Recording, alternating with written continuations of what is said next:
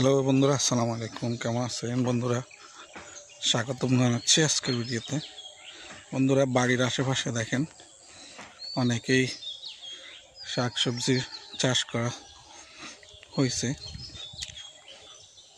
এই মৌসুমটা আসলে দেশের চারিদিকেই মানুষ করে থাকে শাকসবজি চাষাবাদ। এখানে সবচেয়ে উল্লেখযোগ্য একটা বিষয় আমি লক্ষ্য করছি, এটা এখন খুবই কম দেখা যায় ইদানিংকালে। আগে আমরা অতীতে ছোটোবেলায় দেখতাম অনেক চাষ করা হতো, কিন্তু ইদানিংকালে খুবই কম দেখা যাচ্ছে। এই যে এটা হচ্ছে বুট। এই চাষটা এখন তেমন একটা করা হয় না।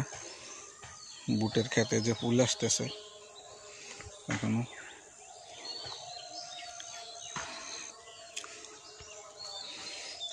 এগুলোর চাষ এখন অনেক কমে গেছে। আগে আমরা ছোটোবেলায় অনেক দেখতাম। এখানে এটাতে দেখতেছি ওইদিকে আরও আছে, ওইদিকে আরও 2-3টা ক্ষেত করা হয়েছে। তবে এখানে এক একটা জাত আছে, ছোলা বুট আছে, তারপরে ওইটা একটা জাত, এটা অন্য একটা জাত। ওই পাতাগুলো দেখে বোঝা যায় ওটা চিকন চিকন পাতা, এগুলো একটু বড় পাতা। এই যে এগুলো, এটাতে ফুল আসছে পুরা। এরপরে ওই দিকে আর একটা ক্ষেত আছে, ওই যে এই ক্ষেতটা। এখানে 2-3টা এখানে দেখা যাচ্ছে। তবে ইদানিং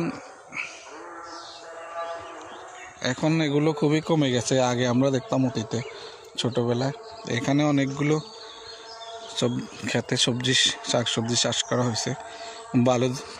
খুবই ভালো লক্ষণ। নিজেরা করার মধ্যে একটা আত্মতৃপ্তি তো আসে। দ্বিতীয় হচ্ছে পরিবারের খরচ বাঁচে, আর হচ্ছে তাজা জিনিসগুলো, ফরমালিন মুক্ত, কেমিক্যাল মুক্ত জিনিসগুলো পাওয়া যায় নিজেদের খাবার জন্য।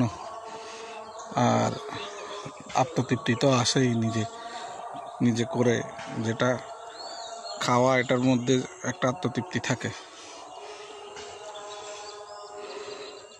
যাদের জায়গা আছে, তারা আপনারা চেষ্টা করবেন ছোট পরিসরে হলেও নিজেদের পরিবারের জন্য হলেও করার চেষ্টা করবেন একটু।